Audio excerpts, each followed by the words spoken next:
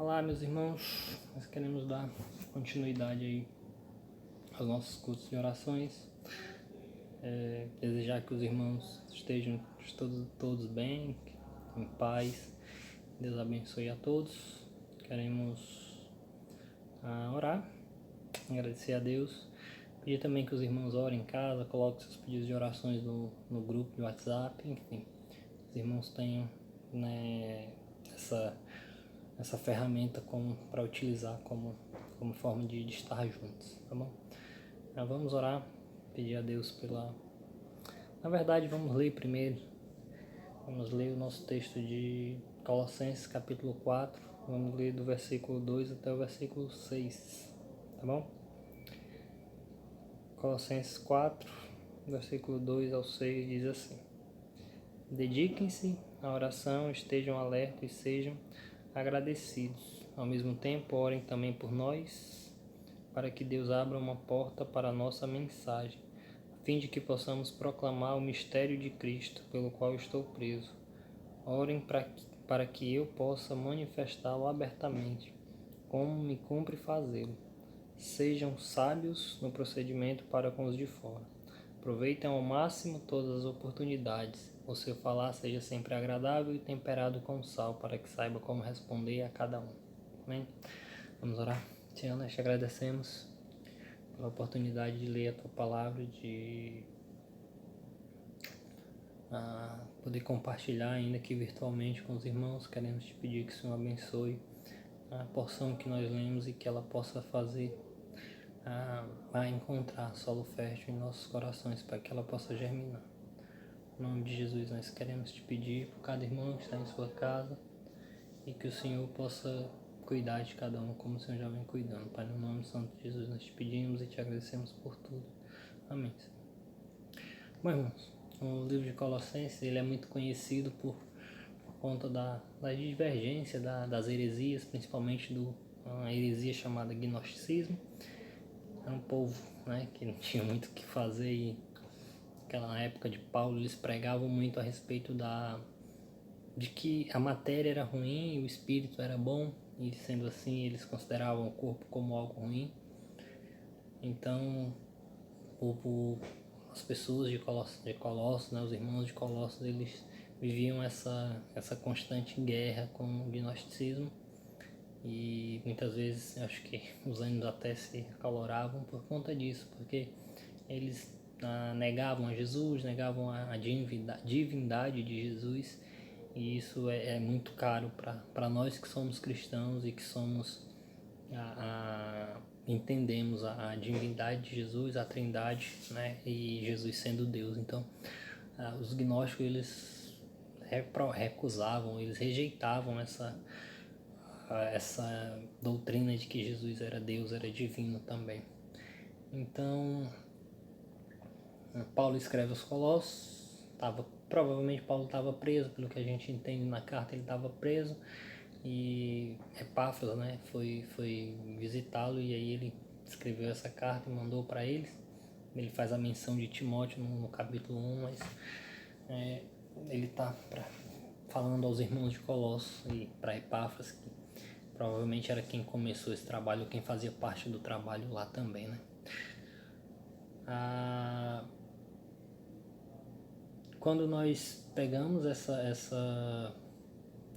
fazemos um paralelo com aquilo que vivíamos a igreja de Colossos e o que nós vivemos hoje, não só essa questão da pandemia, da epidemia, mas a questão da realidade da igreja, nós percebemos algumas semelhanças, né?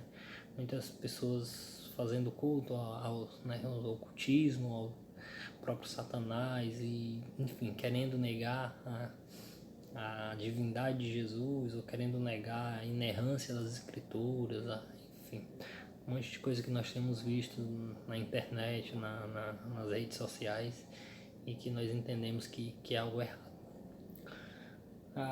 Então Paulo mostra esses irmãos que existem, esse grupo chamado os gnósticos, e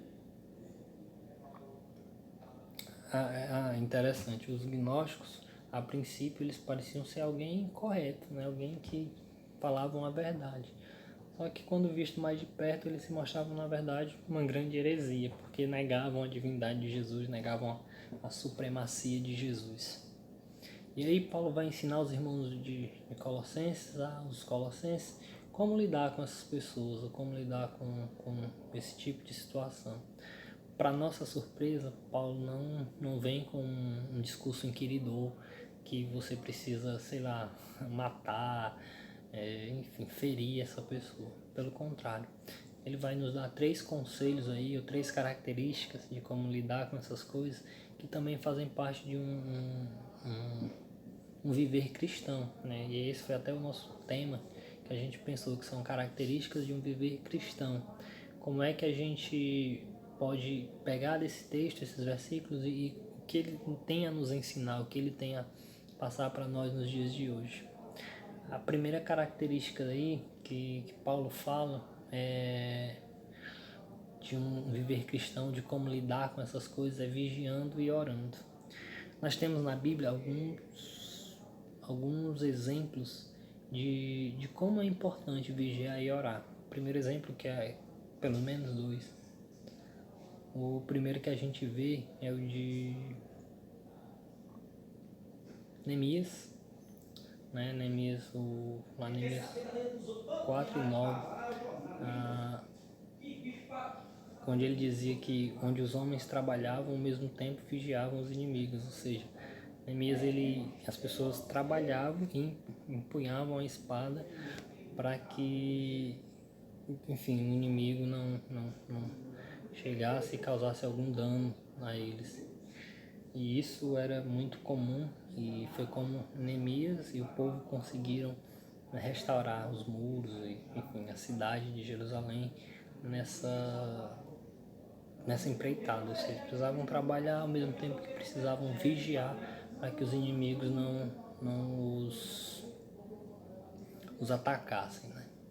O segundo exemplo que a gente tem da importância de vigiar e orar é o próprio Jesus no Getsemane, quando ele sobe com alguns discípulos, lá em Mateus 26 e 40, e ele associa a vigilância e oração à tentação. Vigiem e orem para que não caiam em tentação.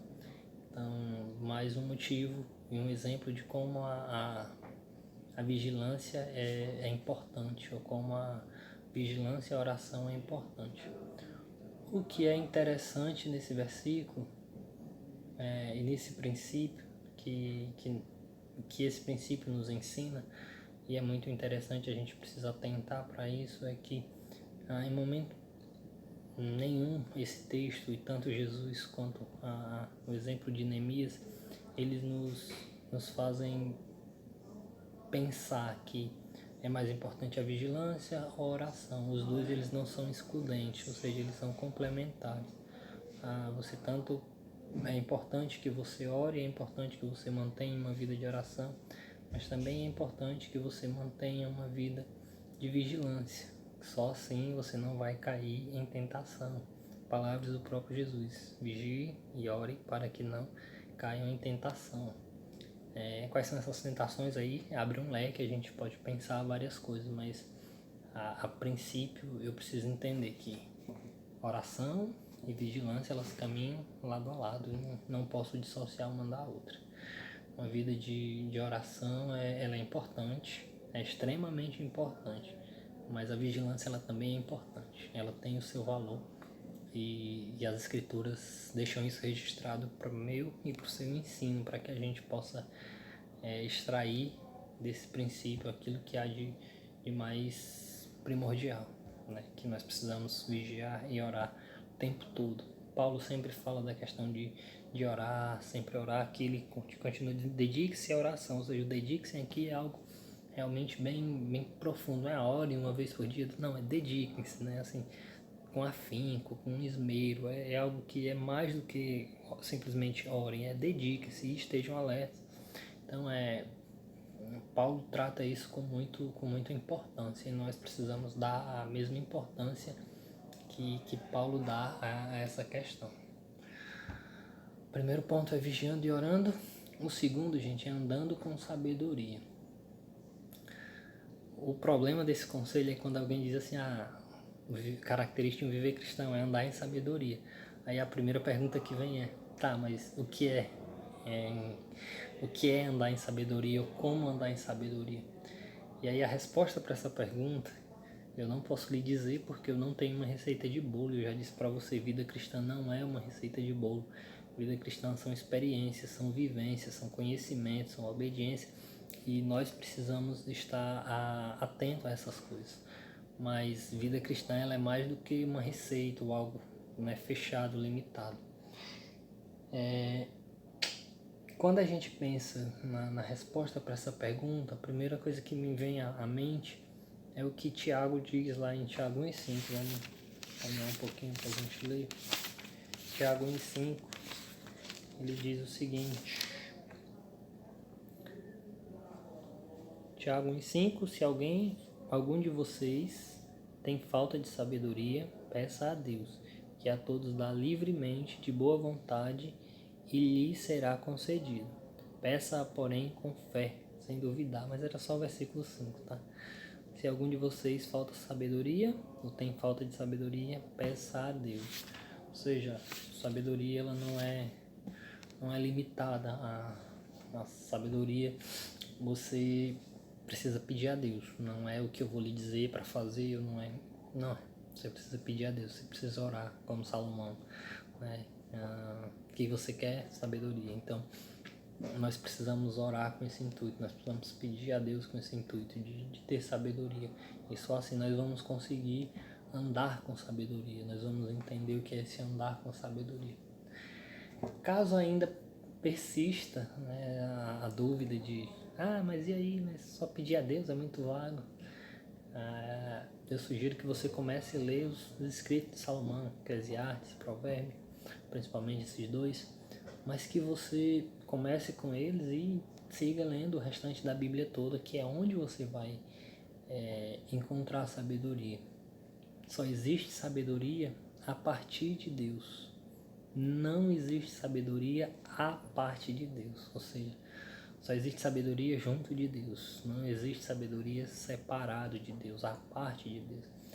E isso precisa ser verdade nas nossas vidas e nós precisamos buscar isso. Sabedoria ela só existe a partir de Deus e nunca à parte de Deus. Quando eu digo isso, parece que eu estou querendo puxar essa brasa para minha sardinha, né? Porque eu sou crente, sou evangélico, então... mas os grandes pensadores, enfim... Mas eu quero lembrar vocês que 1 Coríntios, nós vamos ler 1 Coríntios 1, versículo 25 ao 27. Paulo vai nos mostrar como Deus trabalha a sabedoria. 1 Coríntios, capítulo 1, versículo 25 a 27.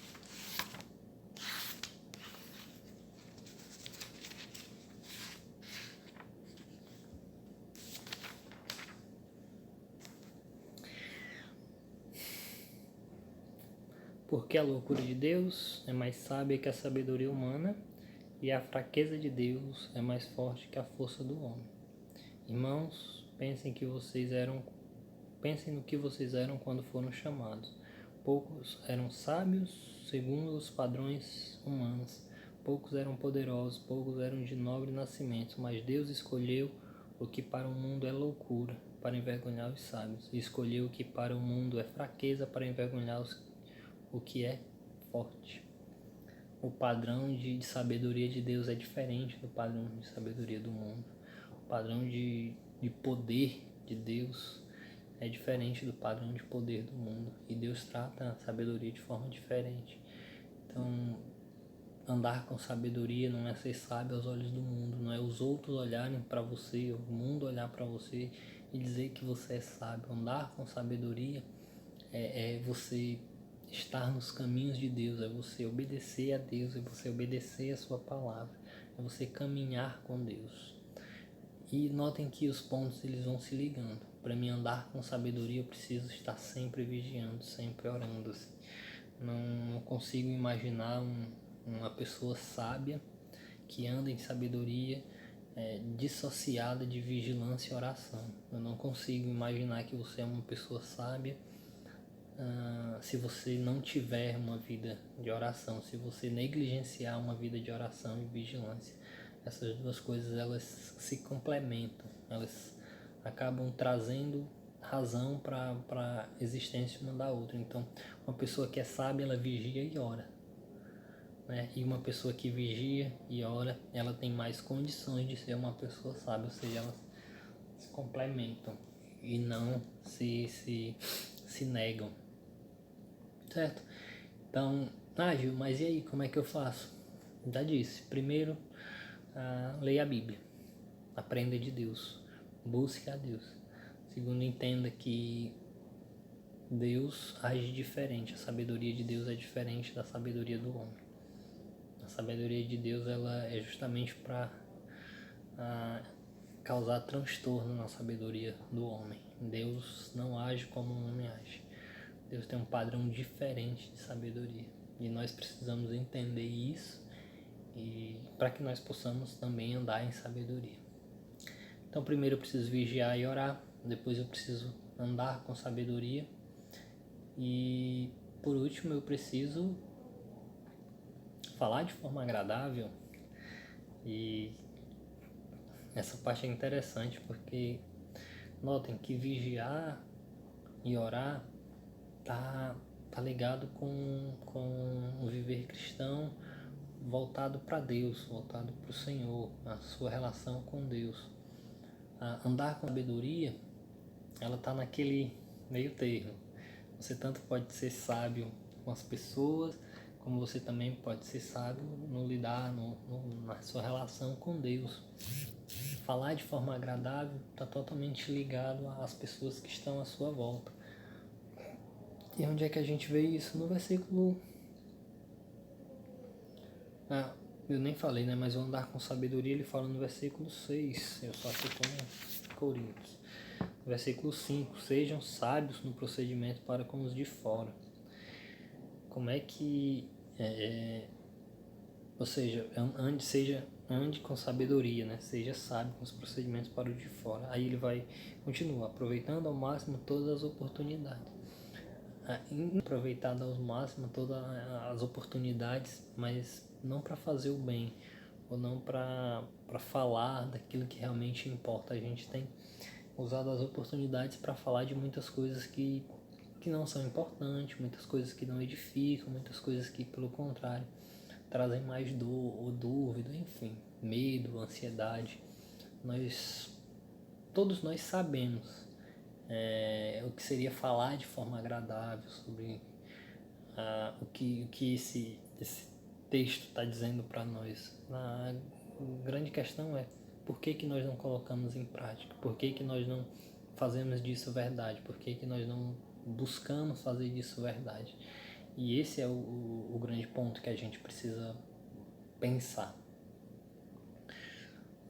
Quando a gente diz aproveita ao máximo todas as oportunidades, eu preciso falar de Cristo para as pessoas, eu preciso dar testemunho de Cristo para as pessoas. Então, aproveitar as oportunidades não é se aproveitar das oportunidades para o seu proveito próprio, mas é em favor do reino, em favor das outras pessoas. E uma das formas de aproveitar bem as oportunidades é no seu falar. E ele diz: o seu falar seja sempre agradável. Você sabe o que é ser agradável no falar, como você também sabe o que é ser desagradável no falar. Nós sabemos como é ser amável sem ser besta, ser honesto sem ser soberbo, falar a verdade sem ser estúpido. Então todos nós sabemos dessas coisas. Eu, você, todos nós sabemos como fazer essas coisas. E o que o texto está dizendo para a gente é isso. Então, essas regras de comunicação e convivência, todos nós sabemos. A questão é, se nós sabemos, por que nós não fazemos? Por que nós não colocamos em prática no nosso dia a dia, com os nossos irmãos ou com a nossa família? Porque muitas vezes a gente sabe ser agradável com as pessoas de fora, mas quem realmente nos conhece, que são os da nossa família, sabe como nós não somos agradáveis, sabe como nós somos, ao invés de amáveis, nós somos estúpidos, nós somos soberbos, nós somos ignorantes. Mas na igreja não, com o pastor, com os irmãos lá, né, do louvor, com a liderança, eu falo direitinho, mas quando eu estou em casa eu estou gritando, eu estou esbravejando, eu estou, enfim. Mas a questão é, se nós sabemos, por que nós não fazemos? E quando eu e você não fazemos ou não obedecemos a esse princípio, a essa regra de comunicação, nós estamos pecando. E a gente pode dar assim, a justificativa que for, mas a verdade é, nós estamos pecando quando deixamos de agir, deixamos de falar de forma agradável, de abençoar as pessoas, de aproveitar as oportunidades para ser agradável. As pessoas falar com você e dizer, rapaz, mas que bom conversar com essa pessoa, que pessoa, né, que não grita, não fala alto, sabe se expressar, não se coloca de forma soberba, com superioridade.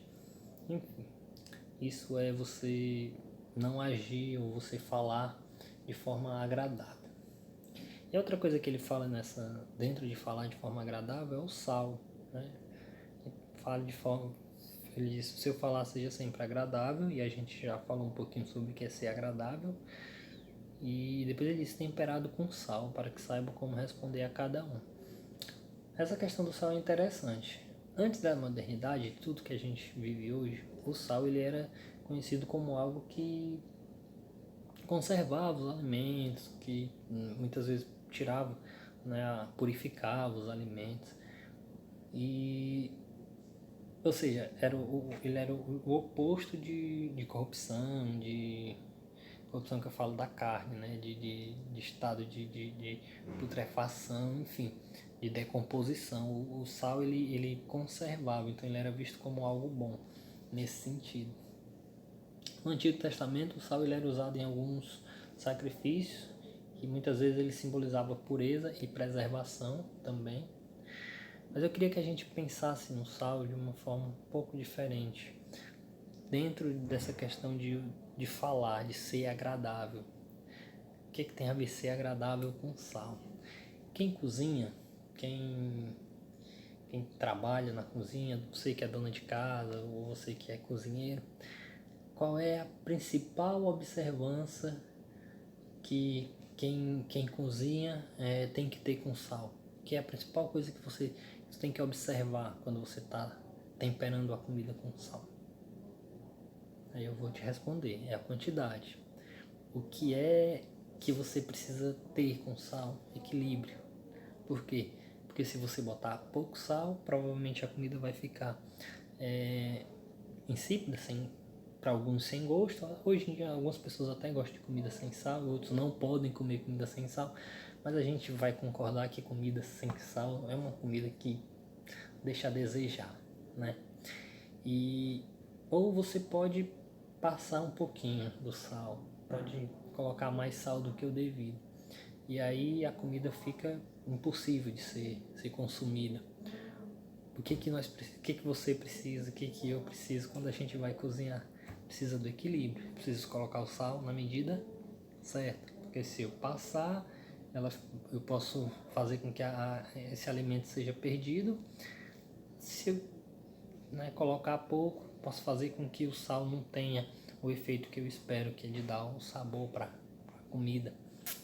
Então, o equilíbrio faz toda a diferença na hora de utilizar o sal. Dentro desse contexto aqui, talvez você vá ver em outras interpretações e não está errado, mas pensando nesse contexto aqui, o sal ele traz esse sentido de que eu já falei, de conservação, de pureza, de preservação, mas ele também tem esse sentido de equilíbrio, né? A sua palavra seja temperada com sal, ou seja, temperado na medida certa, a sua palavra venha na medida certa, ela nem seja mais nem menos do que o necessário, ela seja exatamente aquilo que precisa para aquele momento. E nós precisamos aprender isso, meus irmãos, nós precisamos aprender a fazer com que as nossas palavras, quando estamos conversando ou falando com as outras pessoas, que a nossa palavra ela seja temperada com sal, que elas demonstrem que nós temos equilíbrio. Não é equilíbrio que vem de mim, não é equilíbrio que vem da minha sabedoria, não é equilíbrio que vem... Não, é equilíbrio que vem de Deus, que nós aprendemos com Deus. Então, sempre que nós pensarmos nessa questão de ser agradável às outras pessoas, lembre do sal, o equilíbrio do sal. Então, nem muito, nem menos, nem pouco, na medida. Nós precisamos ser assim, equilibrados. Quando falarmos com as outras pessoas, quando precisarmos conversar ou, enfim, exortar, admoestar, ensinar, corrigir, que as nossas palavras, o nosso falar seja sempre agradável e temperado com sal, na medida certa, equilibrado, para que a gente não venha a se exceder e perder o irmão, né? Ou perder a nossa, não é nem a razão, mas perder a compostura. Então, assim, precisamos aprender isso, né? Precisamos manter o equilíbrio. O sal precisa ser usado com equilíbrio, da mesma forma que nós precisamos de equilíbrio ao falar. Isso irá determinar se somos ou não agradáveis, é óbvio. Da mesma forma que temperar a quantidade do sal determina se a comida está boa ou ruim, o nosso falar também, o equilíbrio daquilo que nós estamos falando vai determinar se nós estamos sendo agradáveis ou desagradáveis. Primeiro, vigiar e orar. Segundo, andar com sabedoria. E terceiro, falar de forma agradável. Falar de forma agradável. E na nossa conclusão, nós precisamos entender que os conselhos de Paulo para os nossos irmãos colossenses, eles continuam ecoando durante milhares de anos e tem chegado, né, e alcança a igreja cristã hoje. Ele nos leva a buscar uma vida de oração, vigilância, a buscar a Deus, colocando todas as coisas em suas mãos, ao passo que também devemos buscar adquirir e exercer a sabedoria vinda do céu. E por último, e não menos importante, nós precisamos tratar bem as pessoas com quem nós vivemos, não só do nosso rol de irmãos da igreja, não só nossa panelinha, nossa turma, nosso grupo. Nós precisamos ser agradáveis com tudo.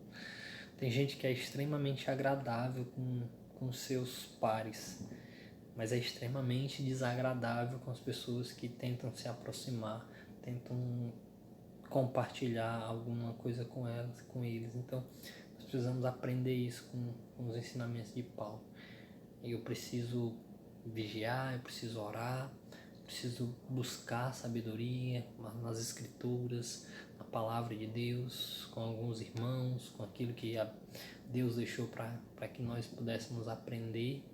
E eu também preciso tratar as pessoas com respeito, com amor, ser agradável, equilibrado, manso, respeitoso, enfim.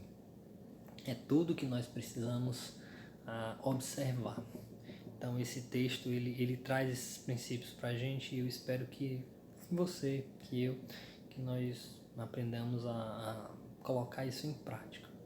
Eu sei que quando a gente está numa posição de ensino, tem duas vertentes. A primeira é que é de nós mesmos. A gente tende a falar e às vezes esquecer de fazer uma autoanálise, uma autocrítica, e achar que eu faço essas coisas, eu tô certo. É outra das pessoas que olham e dizem assim, mas se nem ele faz, como é? E eu concordo com você, assim. Eu, em algumas áreas, inclusive nessa, eu preciso melhorar, eu tenho orado, eu tenho pedido a Deus para que me dê paciência. Vocês lembram que eu falei no domingo sobre perseverança, sobre paciência? Então é algo que fala de mim também, e eu acho que a gente precisa ser honesto naquilo que a gente precisa buscar de Deus, a gente precisa entregar nas mãos de Deus e precisa confiar. Assim como Paulo, nós corremos para o alvo, nós, estamos indo em direção ao alvo, ainda não alcançamos nessa terra aquilo que nós gostaríamos como crentes, mas nós prosseguimos para o alvo e acreditando que nós vamos chegar lá em nome de Jesus e juntos, tá bom?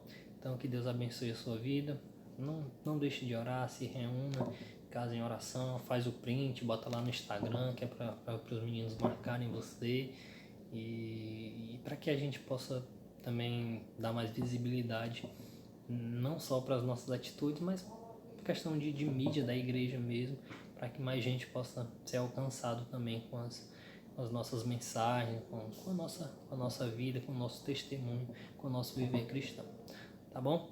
Então se reúne em oração, coloque os pedidos de orações. Eu quero deixar ainda os pedidos, eu vou mandar no grupo da igreja meus pedidos de orações, tá bom? Mas que os irmãos possam continuar orando aí, e enfim, orando pelo nosso país, orando pela nossa cidade, nosso estado, nossos governantes, todas essas pessoas, tá bom? Deus abençoe a cada um de vocês, que Ele os cubra com seu amor, sua graça e misericórdia, e a comunhão do Espírito possa encher os nossos corações. Vamos orar para a gente terminar. Senhor, nós te agradecemos por esse tempo, agradecemos pela Tua palavra, que nós podemos, nesse momento, meditar um pouquinho nela. Ajuda-nos a vigiar e orar diante das dificuldades, para que não possamos cair em tentação. Nos ajuda também, Deus, a buscar sabedoria, andar em sabedoria, e ajuda-nos, Deus, a sermos agradáveis com todos ao nosso redor, Pai. Nós queremos te pedir pela Tua igreja, por cada irmão, que o Senhor cubra cada um, que o Senhor abençoe e proteja cada um, no nome santo de Jesus, Pai. Nós queremos te pedir e te agradecer por tudo. Amém.